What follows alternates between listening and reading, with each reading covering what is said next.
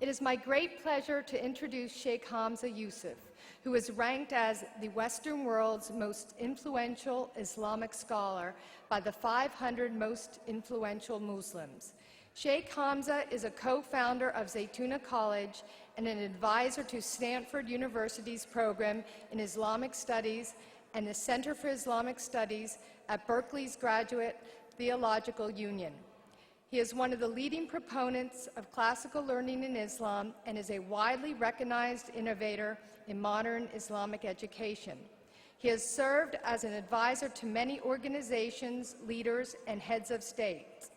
He has been interviewed in the media throughout the world and was the subject of a BBC documentary segment, The Faces of Islam, Ushering in the New Millennium. Shaykh Hamza has been a passionate and outspoken critic of American foreign policy, as well as Islamic extremist responses to those policies. He has drawn criticism from both the extreme right in the West and Muslim extremists in the East. He has authored numerous articles and research papers. His published books include, among others, Purification of the Heart, Agenda to Change Our Condition, and The Prayer of the Oppressed. Shaykh Hamza will be speaking on United We Stand, One Destiny.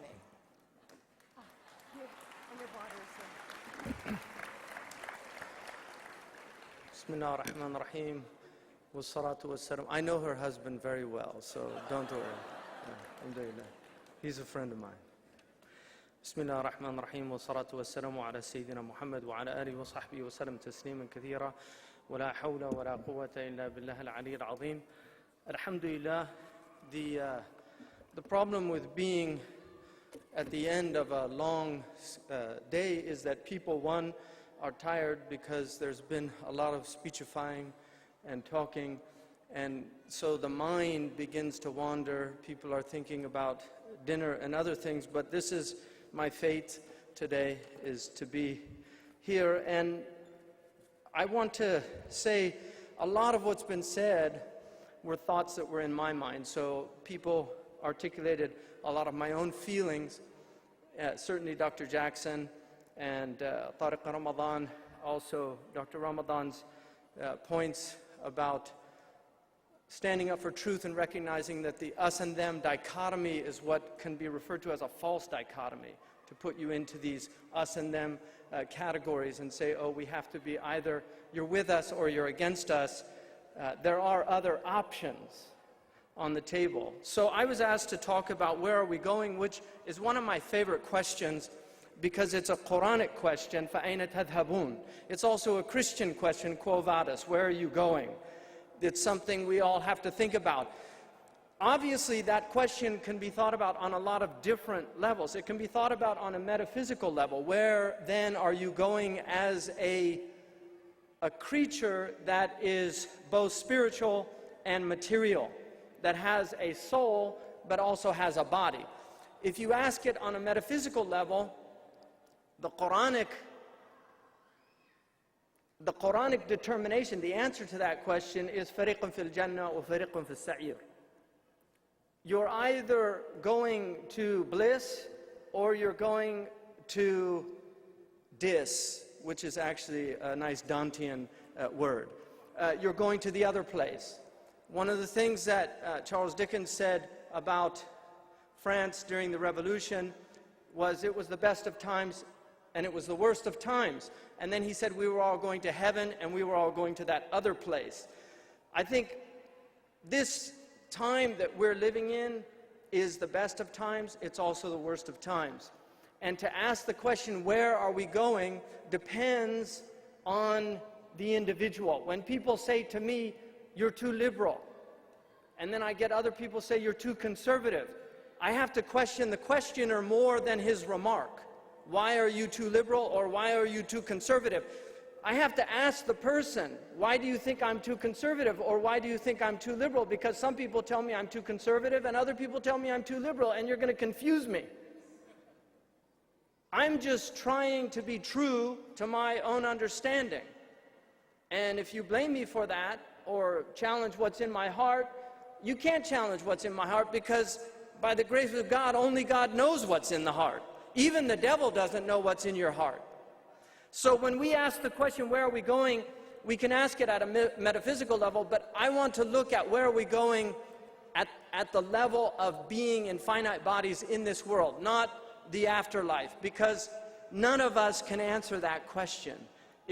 As Muslims, I know that there's certain strains of Christianity that will say, we're definitely going to heaven, and they're all going to hell. And I've actually read in one Christian book about Islam, he said one of the worst things about Islam is they actually don't know whether they're going to heaven or not.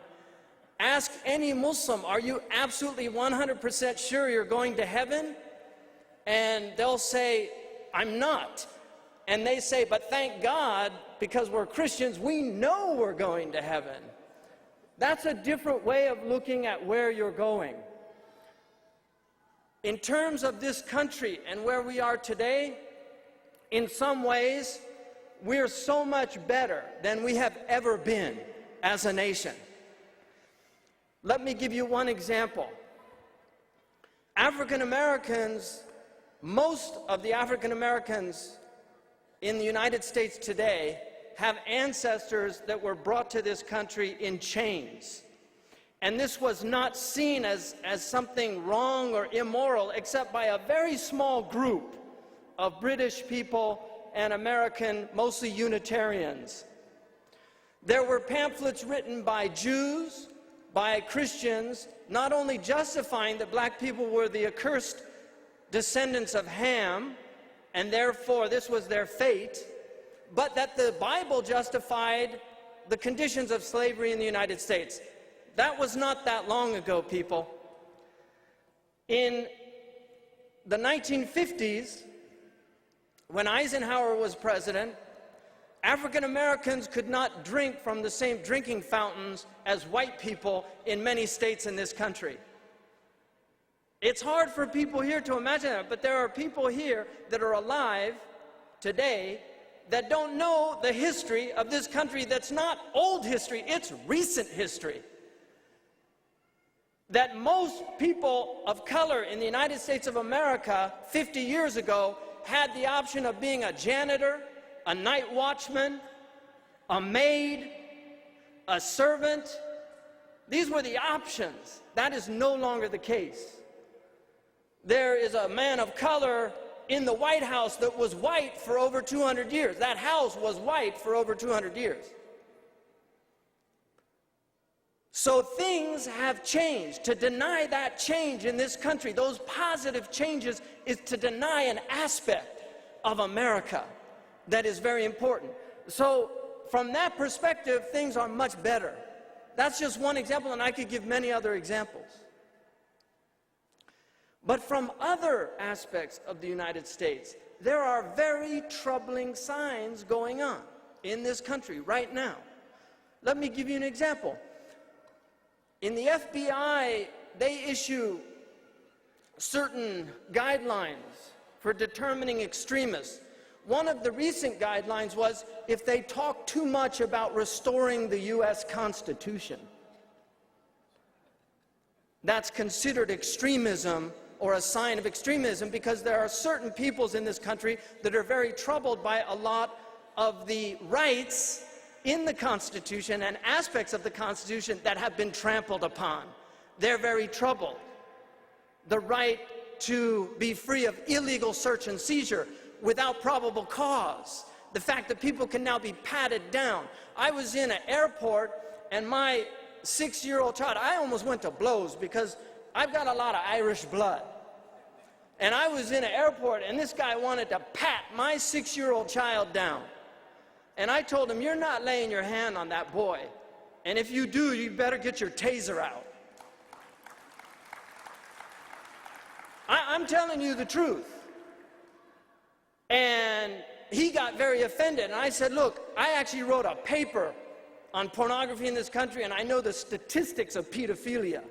And I'm not accusing you, but I don't know you. You are a stranger. And when I was a kid, my mother told me, watch out for strangers.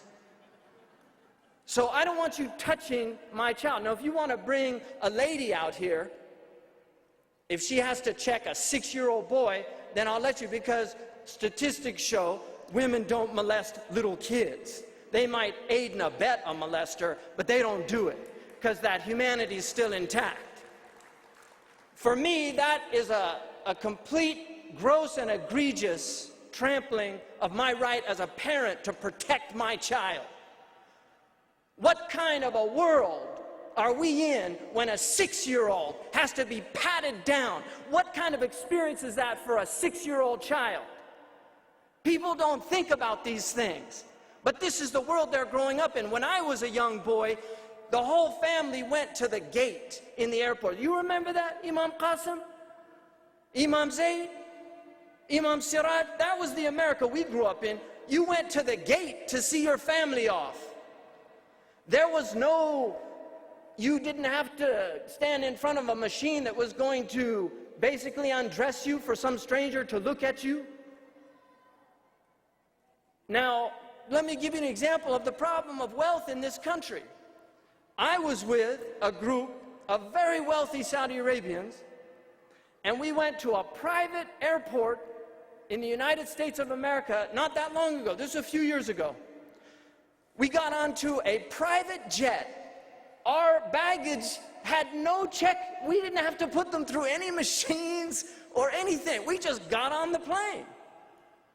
And I'm thinking, here's Saudi Arabians, because they have a lot of money, they can hire private jets, and they don't have to go through any of this security. What does that say about our country? What does that say about our country? We have so many contradictions in the United States, and until we as a people start dealing with the contradictions of this country, the disparities between the powerful and the powerless, between the enfranchised and the disenfranchised, between the rich and the poor, until we start really looking at who we are as a people, we are not dealing with reality. We're living in bubbles, and those bubbles will eventually burst, like they've bursted in places like Syria. Gaddafi now, he's watching television and he's saying, who are these people ripping up my pictures? They love me, my people love me. Because every time he went out, Zanga Zanga, every time he went out, they would all clap, Gaddafi, Gaddafi, and he's just eating it up. They love me. And then he had around him all these people saying, Wallahi yuhibbuka, al-akh al-qa'id, yuhibbuka, al-shab yuhibbuka. You see, this is the delusional state. Bashar Assad is in this delusional state. They don't understand what happened. Hosni Mubarak was surrounded by people. Wallahi yuhibbuka, sha'b al-Masri. Awi jiddan yuhibbuk. And this is what and then he's shocked, he doesn't, and then he gets up, my people, opening his arms, thinking that they're gonna all go home. This is the delusional state that these people are in. We have people in power today that are in delusional states. When Barack Obama says that arugula, the price of arugula has gone way up. You see, this is a man he's living in a different world from somebody in East Oakland or South Central LA. He hasn't even visited any of these places. He's living in a different world, and he's surrounded by people living in different worlds. This sets up a situation that leads to revolution. If you read history, this denial of the suffering of common people, when you have bailouts in this country of hundreds of billions of dollars for private bankers, and individuals losing their houses because those private bankers tricked them. Now you look at this, because this is completely haram in Sharia, but let me give you an example. The FBI had recognized this long before 2008, because the FBI does good work as well. They do. They do good work in certain things, and in other things, they have problems. They're a human institution. But in something, Muslims, there's all these, horrible government and this and that. But when the house gets robbed, 911, can you send some police over as quick as possible? I've just been robbed. You see, people, this is human nature. These banksters what they did was they would have somebody go and they would say, oh, this house is worth $800,000. And it wasn't. It was worth maybe $400,000. And then they would loan a person the loan. They would loan them the money, $800,000. And then they would take several of these loans and they would put them in a package, securitized debt. And then they would sell this debt to the farmers, to the retirement of teachers' funds, to the firemen's funds, as AAA loans, even though they knew that these were subprime loans and that they were very, very susceptible to collapsing. But that's why, who cares if the same rating institution that downgraded the United States, those were the same rating institutions that were giving AAA loans to subprime securitized debt. The same institutions. You think I trust them? AAA, AA, single A, C, B, D, F, they've all failed us. They say too big to fail, but the reality of it is they were too big to jail because they're too powerful. This is the reality. But the average American is suffering and they're being told, you're the problem. You're the problem. Muslims are the problem. Oh, the boogeyman over here. It's all their fault. You see, this is what's going on this planet. This is what's going on. People are being hoodwinked. They're being fooled. And if you look, he says, you know, what is relevant for both Muslims and Americans in terms of where we're going? Muslims and Americans assumes already that there's some difference between Muslims and Americans. No, what is relevant for Muslims living in America, as well as the population at large? Because I'm an American. I'm as American as apple pie.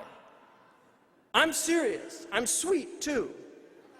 But I am as American as apple pie. My ancestor on my mother's side, 1764. My Irish great-great-great-grandfather came here, fought in the Continental Army with Washington as a lieutenant. This is all, I can prove this. I can be a son of the American Revolution if I wanted. George Bush is also a member of that institution, so I haven't applied.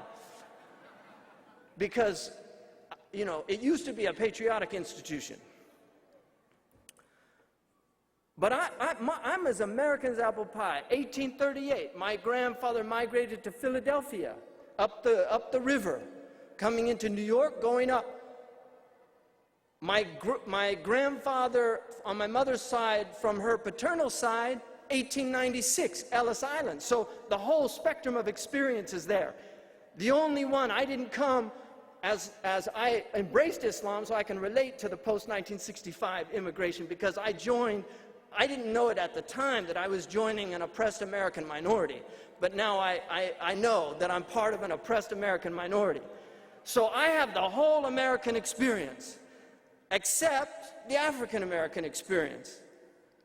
But I have a connection with that experience because my mother was, and Imam Zaid knows this because he knows my mother. My mother was very, very involved in the civil rights movement. When I was a little kid, I was marching in marches with my mother in the civil rights movement. My mother is in the 1964 Encyclopedia Britannica's yearbook. There's a picture of her holding up a placard at when the Republican convention was happening in San Francisco, and she was there. Everybody in the crowd is African American except my mother and my older sister. And she's holding up a placard that says civil rights is the issue. So that's the stock that I come from. My mother was involved. She followed the program. Civil rights, anti-war Vietnam, feminist rights, and then the environmental. She was in environmentalism in the late 60s. We were recycling in my house in the late 60s. So it's not new to me, going green. My mother was green before people had a term for that. So that's the America that I come from. It's an America of struggle. It's an America that acknowledges that this thing began in order to form a more perfect union. People don't like that. They say it's not grammatical. How can something be more perfect? But the point of that rhetorically is that this is a work in progress. And Dr. Abdul Hakim Jackson talks about this a lot, which is important, and that is the fact that America is being negotiated constantly. We are in negotiations. It is a give and take. Let me give you an example. Right now, you see, and part of my problem is because I was told, my mother taught us as kids that a mind is like a parachute. It only works when it's open. So I was taught to be open-minded. And that's probably one of the reasons I was able to accept Islam, because I wasn't taught to be prejudicial towards other faiths. I was taught that other faiths are good, they have truth in them. That's the way my mother raised us. But my mother told us, always be open-minded, always listen to another's argument before you condemn it or judge it. That's what I was taught. So I read Noam Chomsky and I read Pat Buchanan. And I agree with Pat Buchanan sometimes, I disagree with him other times. I agree with Chomsky sometimes, I disagree with him other times. Because I'm in dialogue with the books I read. If you see my library, there's markings on the side. What is he talking about? Couldn't agree more. Because I'm in dialogue with the books I read. That's how I was raised. That you have to think and you have to process. And sometimes, if something bothers you, you have to ask yourself, why is it bothering me? Why is it bothering me? Because sometimes something bothers you because it's something you haven't dealt with inside yourself. You see, you don't like to hear it because it might be too true. Now, in the United States of America, we have a major problem in this country with how Americans are looking at terrorism. Just a few examples. When a man who was rational by all accounts, all of his friends said he was rational, he had an engineering degree, he was very intelligent, high IQ, had made a lot of money. When he flew his private plane into an IRS building and left a note as a political protest, this was an act of political protest, they said, this is a madman. But when Lieutenant or Captain Hassan kills the people down in, this is obviously a conspiracy. He was in contact with somebody in Yemen. He wasn't a madman. You see, this psychiatrist that was in the army. When a man in Northern Europe plans for 2 years to bomb a building in Oslo and then kill all of these multiculturalists,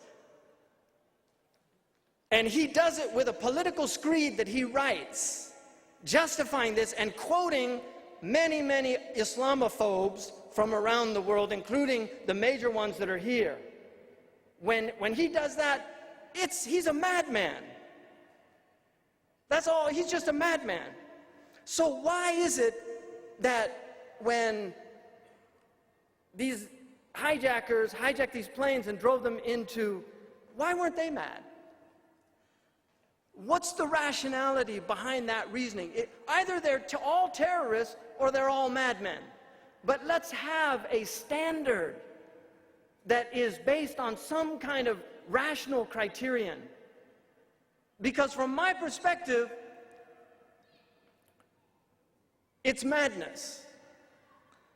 We're living in a time, one of the Arab poets said, إِنَّ لَفِي زَمَنٍ لِفَرْطِ شُذُوذِهِ مَنْ لَيْسَ يُجَنَّنُهُ فَلَيْسَ بِعَاقِلِهِ.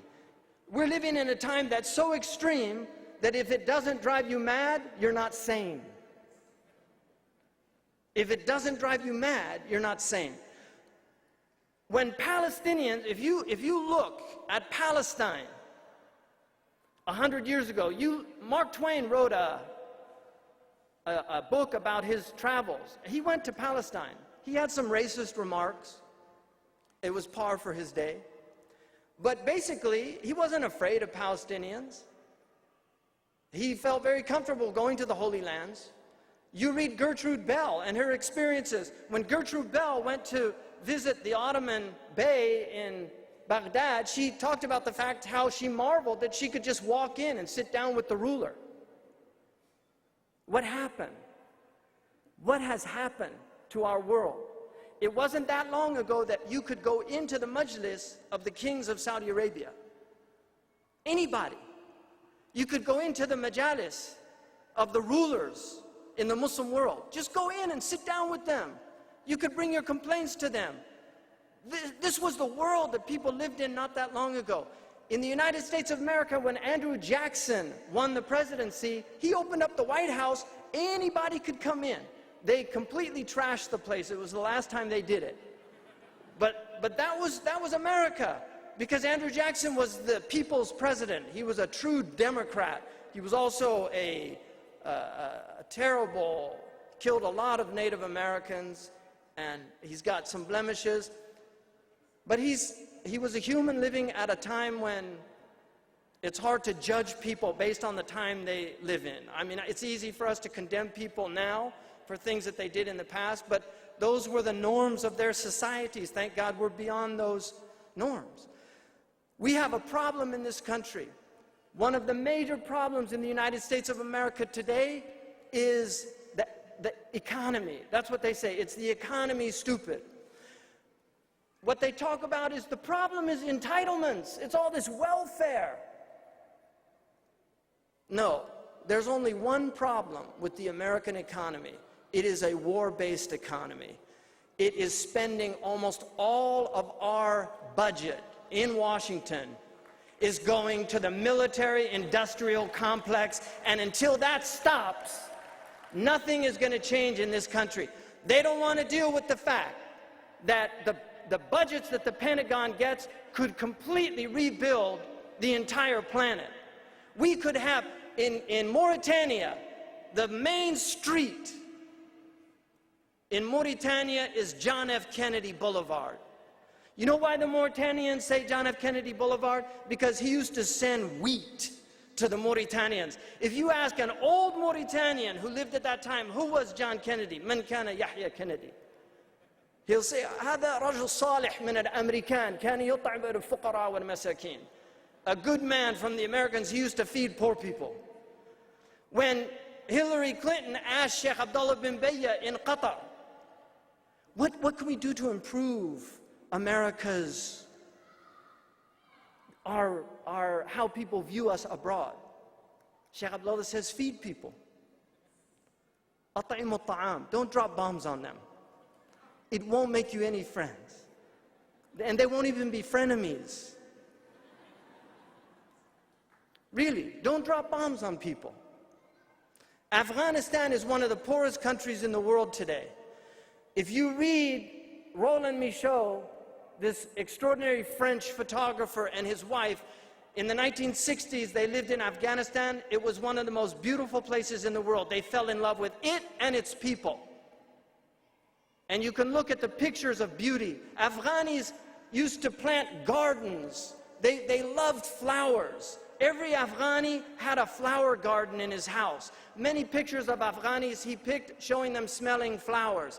They used to fly kites. They loved kites, Afghani people. They would go and fly kites. They had picnics. In this country, they say these are terrorists. How did they become terrorists? Those among them who are terrorizing, how did they become terrorists?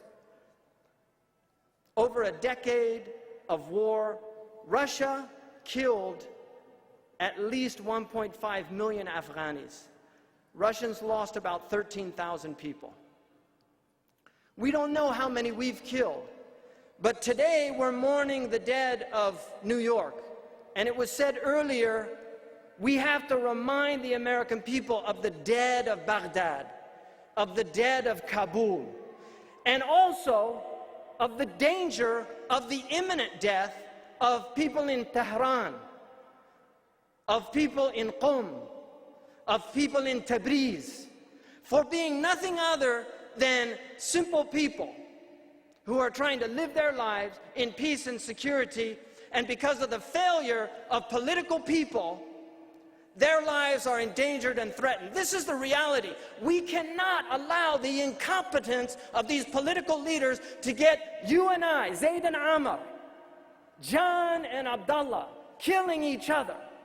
This has to stop as a project in the human condition. Because the only people that benefit by this, you know, Karen Armstrong was saying the fact that the people that support her this program to create more peace in the world are the businessmen, because businessmen don't like war. Businessmen don't like war unless they're in the business of war. Then they love war. Then they love war. There are people here that love war because it's an exciting time for them. They make a lot of money off the blood of people. Sheikh Abdullah bin Bayya said the Arab Spring was watered with blood. This is what's going on. Innocent people being killed, whether it's in New York, Baghdad, wherever it is, Washington, D.C., it's unacceptable. And as a human community, if we don't begin to recognize that we have to reestablish and reassert ourselves as individuals that have rights, to have good governance, to have people that are looking out for our best interests, because these people in power today are not looking out for our best interests. And let me give you one example. In an extraordinary study called the China Study of Nutrition, 20 years with top experts from Princeton, from Oxford, that determined that most of the diseases that are happening in the United States of America are directly related to the diets of the American people, and yet Americans are lied to, that they need milk, that they need meat, that they need all these things. Fat and sugar, if you give it to rats, they will die because they can't stop consuming it. Umar ibn al-Khattab in the Muwatta of Imam Malik said, إِيَّاكُمْ وَاللَّحْمِ فَإِنَّ لَهُ الضَّرَاوَةَ كَالضَّرَاوَةِ الْخَمَرِ. Beware of meat because it has the addiction of wine. You can become addicted to meat. It's harmful for you if you consume too much meat. This is all proven. But when Oprah Winfrey, after reading about this, announces it on national television that she doesn't want to eat beef anymore, the cattle lobby sues her. The pyramid of food that you see, this pyramid that you see of food, was actually restructured after the dairy and meat lobby said, no, no, no, you're going to harm our economy. And so science is subjugated to greed. You see, this is the problem. When we have most of our scientists in this country working in defense industries, instead of trying to find cures for cancer, they're trying to find better ways to kill people. And when you see, they had a problem when they were thinking about Saudi Arabia, and if we have to ever use nuclear weapons on these places, we're going to destroy all the oil infrastructure. And so they had American scientists, good people that go to church on Sunday most likely, PhDs from the best universities, so they developed the neutron bomb that kills all the people and leaves the infrastructure standing. This is the type of madness that we're living in. This is unacceptable as a human condition. When the #1 industry on this planet is tobacco, alcohol, and narcotics, and #2, a close rival, is weapons, something is wrong with the human project. Something is seriously wrong with the human project. There are two questions to ask. Why do we need all these weapons when most of us, I don't have any problem with you, you don't have any problem with me. If you want to know why people get aggressive against you, disrespect them. In the ghettos in Washington, D.C., there's people that carry around guns. You know what they really want? They want respect. Because if you pull out a gun, you suddenly have an incredible amount of respect coming from the person on the other end. He respects you. And that's the level that these people have fallen to, because they feel so disrespected that they have to carry around, they have to look at you like, what you looking at? What are you looking at? Because they think you're looking at them with contempt. They think you're looking at them without any respect. That's what the African American in the inner cities in the United States feels. He wants respect. She wants respect. And it's not offered. And now because Obama is president, suddenly it's all over. Racism, hey man, we're beyond that. Tell the Tea Party that. You know, tell the white supremacists that. And let me tell you about the Tea Party, because I read the Tea Party's manifesto, and I agreed with probably about 80% of that book. I'm not exaggerating. I read their manifesto. People just say, oh, Tea Party, Tea Party. They never read what they actually have to say. You should actually read what they have to say. A lot of their complaints are very justified. But the Tea Party is, even though there's some African Americans in the Tea Party, undeniably, the Tea Party is largely a Norman Rockwell America that doesn't exist anymore. These people have seen a change in the demographics of this country. They've seen a Kenya Luo tribesman become the president of the United States of America. He could not get elected in Kenya because Luo people can't get elected to high political offices. His father was a failure because he got some of the highest degrees in this country. When he got back to Kenya, because of the tribalism in his country, he was not able to advance. And yet his son could become president of the United States. You see, these aspects of America are very troubling to certain Americans. They're troubling to them. But as somebody who has Irish American ancestry, welcome to America. It's part of the negotiating process. Because my grandfather changed his name from O. Hanson to Hanson. Because H-E-N-S-O-N is also an Anglo-Saxon name. And it's a Swedish name. And John Hanson was the first president of the Continental Congress. So he changed his name. My Greek grandfather, Georgiopoulos, changed his name to George. He was light-skinned. He used to tell people he was French. It's not that long ago. These are the stories that I grew up with. But Greeks now, they have Greek Day, Kiss Me, I'm Greek, the big fat Greek wedding. Everybody loves Greeks in America now. It wasn't always like that. They were greasers. Seriously, they were greasers. John Esposito could go on all night telling you about the Italian Americans, and they're still struggling with the Sopranos. They're still struggling with that stereotype. I mean, when I listen to John, I love John, he's brilliant, he's great, but I keep hearing the Mafia Don. Make him an offer he can't refuse. And to end on the Mafia Don, America is in danger of becoming a Mafia Don. This is not the America that I grew up in. When Dick Cheney can go around this country selling his book, and people aren't literally spitting on him for what he did to this country. I'm serious. And I'm going to make a distinction for all of you right now. If people say I'm anti-government, that's a lie. Because I've studied the American system of government. In America, we differentiate between government and administration. The government is the Constitution of the United States, it's the Congress, it's the Senate, it's a judiciary system. We have checks and balances that are made to protect we the people. But administrations can manipulate, can abuse, can do things that are wrong.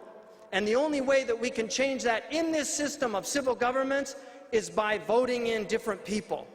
And I'm hoping that that's still a possibility, to see a real change in this country. But this country is polarized, it's in a very precarious situation, and the economy is incredibly fragile. It is incredibly fragile. Many of the jobs that are gone will never come back again. Americans are going to have to think of new ways of making livelihoods. They're going to have to go back to the creativity of the 19th century. It's a new America, and Muslims are part of that America. We've been here from the beginning. We're not going anywhere. We're here to stay, and Americans in this country, and I really mean this, we're part of the family. We're part of the intellectual family of European and American intellectual tradition. They use Arabic numerals when they learn their mathematics, just to remind them, if they don't know, where those numerals came from. They came from Spain, via Morocco, via Egypt, via Iraq, via India. That's how they came. When they look up at the night sky, they see Betelgeuse, Ibn al-Jawza. They see Dabaran, Ad-Dabaran. They see Al-Tayr, Al-Tayr. They see the remnants of Muslim discoveries. When they study astronomy in American universities, they learn Arabic names to think about those stars, because we are part of the intellectual tradition. When they study, my son is studying algebra right now. Al-Jabr wal Muqabala. It's forced upon them. the words are there to remind those who know, and so that we can show others who don't know we're part of the family. We're part of the intellectual, spiritual, emotional, physical, psychological fabric of human existence. We are 1/4 of this planet, and we're not going anywhere. Zbigniew Brzezinski said, it's easier to kill 1 million people today than to control 1 million people. In the past, it was easier to control 1 million people than to kill 1 million people. If having to kill 1 million people is the only way, we should end the human project right now. Drink the Kool-Aid, get it over with. This is totally, completely unacceptable. Stop thinking about controlling people. That's the problem. Learn how to work with one another. Ta'awanu 'alal birri wa taqwa. Come together. That verse was about all of us coming together. That verse was revealed about the people of Mecca who weren't Muslims. Work together in what's good. Ta'awanu 'alal birri wa taqwa. Work together. This is what we have to do as a people. We have incredible challenges, but this country is a creative country. It has risen to the occasion many times before, and I'm hoping, because hope springs eternal. Hope is a bird with feathers that perches in the soul. I'm a hopeful person. I've got 5 kids to make me extremely hopeful. This is my country. I love this country. It's my home. I love the hills around the Bay Area that I grew up with. I love Muir Woods. I love the redwood forests. I love the Sierra Madre that I went to as a child and camped with my family. These are the places that I grew up with. When the Prophet ﷺ left Mecca and he met, when he got to Medina, there was a man who came, Usayl al-Ghifari, and he said to the Prophet ﷺ said, Kayfa ahidta Mekkata? How did you find Mecca? And he said, oh, the valley has been filled with flowers, thumamuha. And he said, and all of the sidr trees were blossoming. And I left, the water was flowing. And he began to describe the physical. He didn't say the Kaaba, oh mashallah, taraktu al-Kaaba. No, he described the physicality of the place that the Prophet ﷺ grew up with as a child. And the Prophet began to weep and he said, Kuf anka, hasbuka, laqad shawwaqtani. Don't, please stop. It's enough. You have made me yearn for my home. He was yearning for the flowers of Mecca, not just for the Kaaba. He was yearning for the trees of Mecca that he shaded under as a child. Everybody loves the place they grew up in. Hubb al-watan min al-iman. It's part of human condition. It's not a hadith, but it's a basic fitrah statement. So this is our country. All of you are here with every right, unless there's some illegal immigrants in the hall. Report yourself immediately to Homeland Security.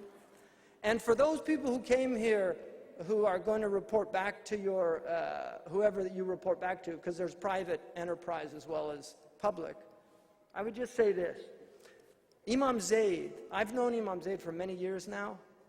Imam Zayd, the lies that they tell about this man just really bother me. You know, these right-wing people, they just recently wrote an article about him. Imam Zayd grew up in very difficult conditions, but like many honorable African Americans, he joined the United States Air Force to get out of a certain situation. He served honorably, unlike all these chicken hawks. Dick Cheney got 6 deferrals, right? Seriously, unlike these chicken hawks that talk about, oh, patriotism and this, they've never served this country, they've served themselves. They've served themselves. And he spearheaded this event because he wants to see the best for humanity. He's a universal man and he loves humanity. And that's what this was about, coming together to commune with one another, to share thoughts, to be together on a day before a very sad day in American history. But I want all of us to remember the evil that came out of the evil that occurred on September 11th as well. Remember all the dead Iraqis. Remember all the dead civilians in Afghanistan. Remember those people, because they're nameless people. We've got now a memorial with all the names of the people that died in New York and in Washington. Their names are known, but we'll never know the names. When I read the New York Times, it said 6 civilians were killed yesterday in Afghanistan. They don't say Zainab, Ghulam, or Bibi, Mujaddidi, or they don't give the names. They're just nameless people. Nameless people. They're not nameless with God. Assalamu alaikum.